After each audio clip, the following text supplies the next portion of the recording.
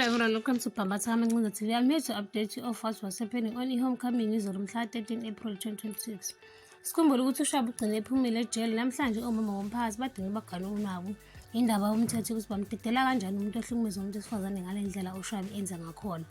Hawu bavele omama bendawo bathi hlangana Zulu bahambe bayokuShaba bese bana enduneni ngoba befuna ubulungiswa bengaze nabo bezithole behlukumezekile ngoba nje engaboshwanga okusho ukuthi usangakwenzela komunye lokhu kungabe izindaba zalutho.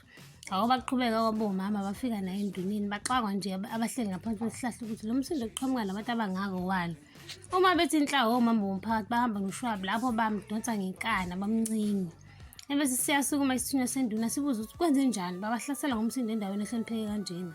Le ndawo akusiyo yomsindo avela aphendula uMetron ethi awuboni noma uyazibuzisa wathi uShaba nje kumele awolahla kudeleni kulahla khona udoti bathi ungumhlukumezi lona kumele ajezele izono zakhe. Baqhubeka omama bathi ufumbathisa amaphoyisa ukuze akwazi ukuphuma ejele. Bathi nje bakhethe ukuthi bezela enduneni ngoba yilona themba labo lokugcina. Bathi nje ngeke kwenzeke lokho ngoba maningi amacala akhona ukuthi sebenganaka elabo befika nje manje. Hawu bavele bathi uma kuwukuthi kuzoqhubeka kanjalo asiyindawo khulekani. Baqhubeka bayiziculela bagidayo. Uzothi uyobona ubaba bakhe eCameroon ngoba akekho right selokhu akhuluma izindaba zokuthi ufuna ukuba unkosikazi kaSifiso wesibili. Wambuza ubaba bakhe ukuthi uzimisele ngempela ukuba unkosikazi kaSifiso wesibili. Wathi okubuhlungu abaphansi abazilutho ngalento. Uzothi bakithi uyasixolisela kubaba wakhe wathi nje angixolisele ukuniqambela amanga kepha ngixolisela ngehlazo engimibeke kulona.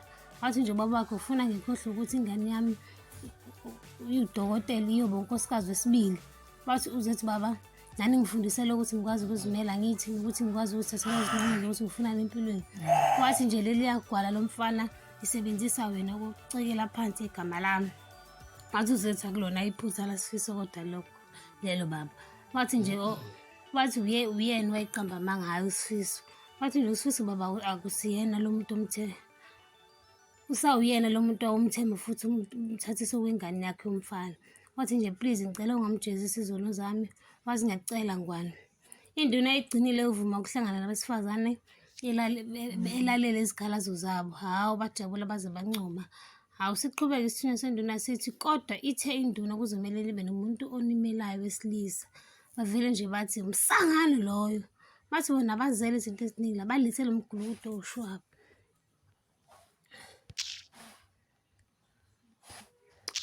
Wasukuma uShaba ezobhikisa izitolo zomama wathi nje yonke lento eshiwoyo bayamsukela nakaze enze lutho. Wavela wathi uMetron abahambe beyolanda uNgaradi nabantu bahlongwane khona bezozikhulumela ukuthi lo mgulukudu benzeni. Wathumela umuntu ahambe aye kaNgaraji afike acela uNgaraji ambize ngoba phela induna isifuna nobufakazi bokubona ukuthi ngempela uShaba lento yenzile. Afike uNgaraji abakhombisa ukuthi wamshaya kanti futhi usahamba nangenduku lena kusami lapho uShaba usethula. Hawu mama bathi nje akadingiswe endaweni. Waqhamuka noMangcobo naye wathi hhayi nami ngiwufakazi ukuthi wangishaya kodwa akangadingiswa endaweni. Umphakathi wadina bagana unwabu hhayi ngeke akadingiswe endaweni lona. uNomfundo noNomalanga baselayinini yokuyohlola lapho uNomalanga une-stress ngoba phela ngasesiyena intombi kumele azohlola. Kuqhamuke enye intombazane izobabuza ukuthi hawu nathuka kangaka nje wenze njani. Base bababuza ukuthi kuyenzeka yini ukuthi uhlole kodwa ungabe seyintombi. Le ntombazane yathi banike ithiphu avela athi uNomfundo hayi hamba la. uNomalanga wathi nomngane wethu uzoludinga lolo sizo nje. Wathi wathi nje Nomalanga asiyeke. Kuthe sekuzongena uNomalanga ekuhlolweni wavela wazibhulisa nje wathi uphethwe yisisu. Wathi uMakhomalo akamthathe uNomfundo amise ekhaya ngoba angeke zakwazi ukuhlola egula. Baxaka nje ukuthi uNomalanga usegula esithubeni.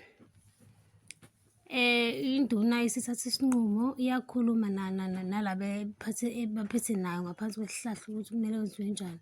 Abanye ababodwa bathi lo uShaba adingiswe. Abanye ababodwa bathi lo muntu uwusizo emphakathini akumelanga adingiswe. Umphakathi nje omunye unjenje ngenxa yakhe. Abanye bathi nje hhayi ngeke lo uhlukumeza abantu besifazane futhi ngiyazi agcine ukuhlukumeza abantu besifazane.